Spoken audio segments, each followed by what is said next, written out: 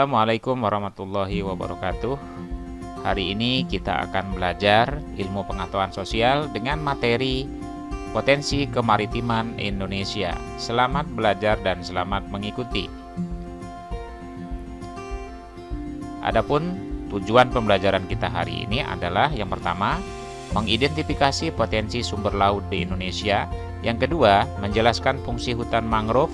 Yang ketiga, mengelompokkan manfaat terumbu karang. Perhatikan peta berikut ini. Luas laut Indonesia adalah 2/3 dari seluruh luas wilayah Indonesia, yaitu 5,8 juta kilometer persegi.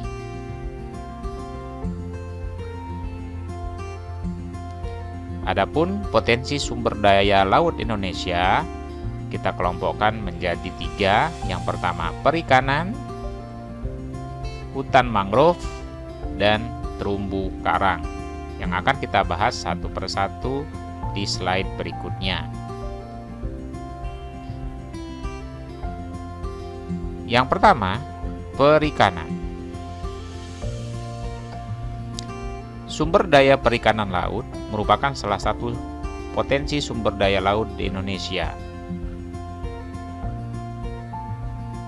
Laut Indonesia memiliki angka potensi lestari yang besar, yaitu 6,4 juta ton per tahun. Apakah yang dimaksud dengan potensi lestari? Potensi lestari adalah potensi penangkapan ikan yang tidak memungkinkan bagi ikan untuk melakukan regenerasi, hingga jumlah ikan yang ditangkap tidak mengurangi populasi ikan. Jumlah tangkapan yang diperbolehkan adalah 80% dari potensi lestari atau sekitar 5,12 juta ton per tahun. Ini adalah berdasarkan aturan internasional.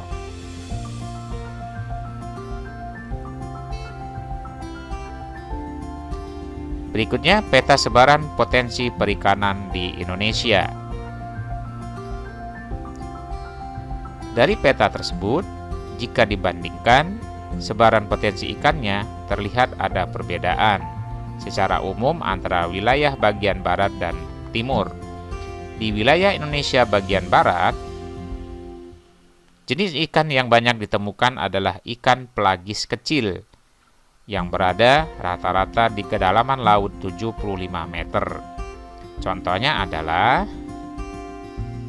ikan teri, ikan layang, dan ikan kembung.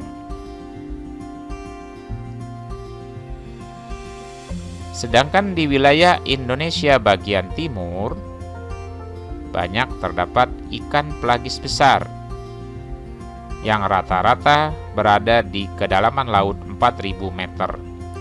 Contoh ikan pelagis besar diantaranya adalah ikan cakalang, ikan tuna, dan ikan tongkol.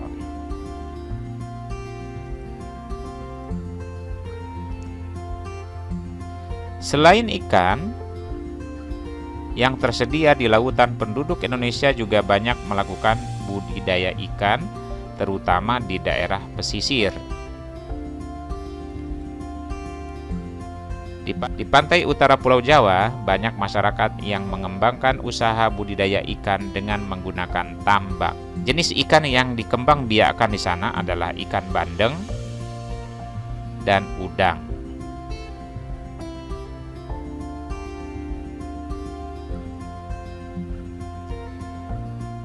Kekayaan alam kita yang berupa ikan banyak diambil oleh nelayan dari negara lain yang berupa praktek pencurian ikan atau illegal fishing.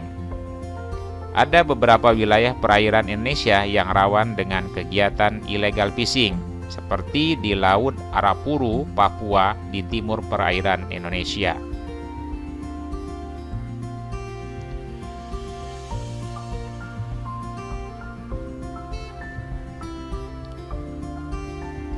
Selain ikan, kekayaan laut Indonesia juga berada di wilayah pesisir yang berupa hutan mangrove, rumput laut, padang lamun, dan terumbu karang.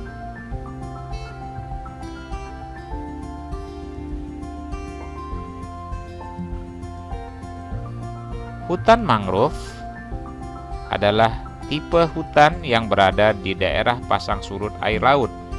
Saat air pasang, hutan mangrove digenangi oleh air laut. Sedangkan pada saat air surut, hutan mangrove bebas dari genangan air laut.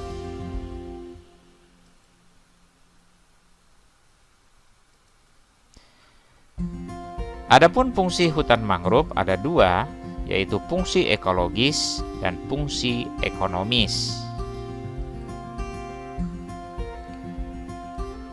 Fungsi ekologis hutan mangrove adalah sebagai habitat tempat hidup binatang laut untuk berlindung, mencari makan, dan berkembang biak. Selain itu, fungsi ekologis yang lain hutan mangrove adalah untuk melindungi pantai dari abrasi air laut.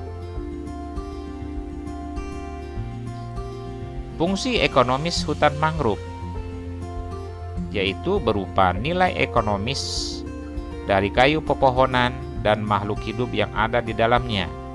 Biasanya, penduduk memanfaatkan kayu sebagai bahan kayu bakar atau bahan pembuat arang. Kayu bakau juga dapat dijadikan bahan pembuat kertas.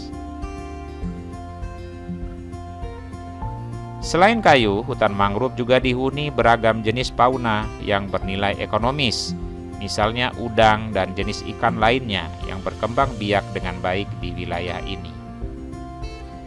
Berikut perhatikan peta daerah sebaran hutan mangrove di Indonesia. Hutan mangrove Indonesia tidak tersebar secara merata.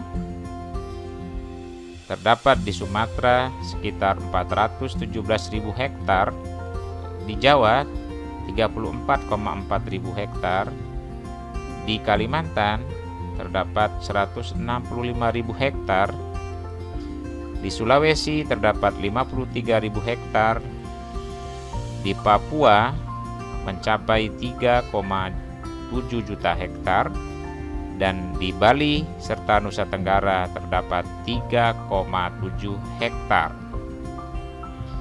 Jadi, luas hutan mangrove di Indonesia mencapai sekitar 3 juta hektar yang tersebar di sepanjang 95.000 km pesisir Indonesia.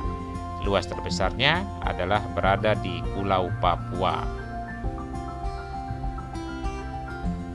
Potensi sumber daya laut berikutnya adalah terumbu karang. Perhatikan gambar berikut ini. Apakah yang dimaksud dengan terumbu karang itu? Terumbu karang terbentuk oleh ribuan hewan kecil yang disebut polip. Terumbu adalah batuan sedimen kapur di laut yang juga meliputi karang hidup dan karang mati yang menempel pada batuan kapur tersebut. Sedimentasi kapur pada terumbu dapat berasal dari karang atau alga. Ini adalah peta sebaran terumbu karang di Indonesia. Luas terumbu karang Indonesia mencapai 284,3 ribu km persegi atau 18% dari terumbu karang dunia.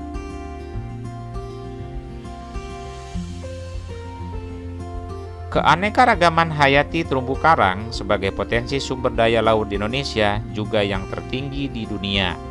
Di dalamnya terdapat 2.500 jenis ikan, 2.500 jenis moluska, 1.500 jenis udang-udangan, 590 jenis karang. Manfaat terumbu karang adalah sebagai berikut. Yang pertama, manfaat ekonomi sebagai sumber makanan, obat-obatan, dan objek wisata bahari. Manfaat yang kedua, manfaat ekologis, mengurangi hempasan gelombang pantai yang dapat berakibat terjadinya abrasi oleh air laut.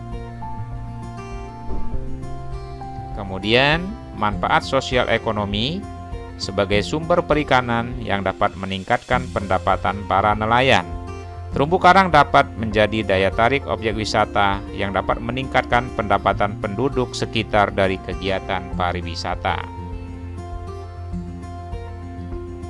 Sekian materi potensi kemaritiman Indonesia.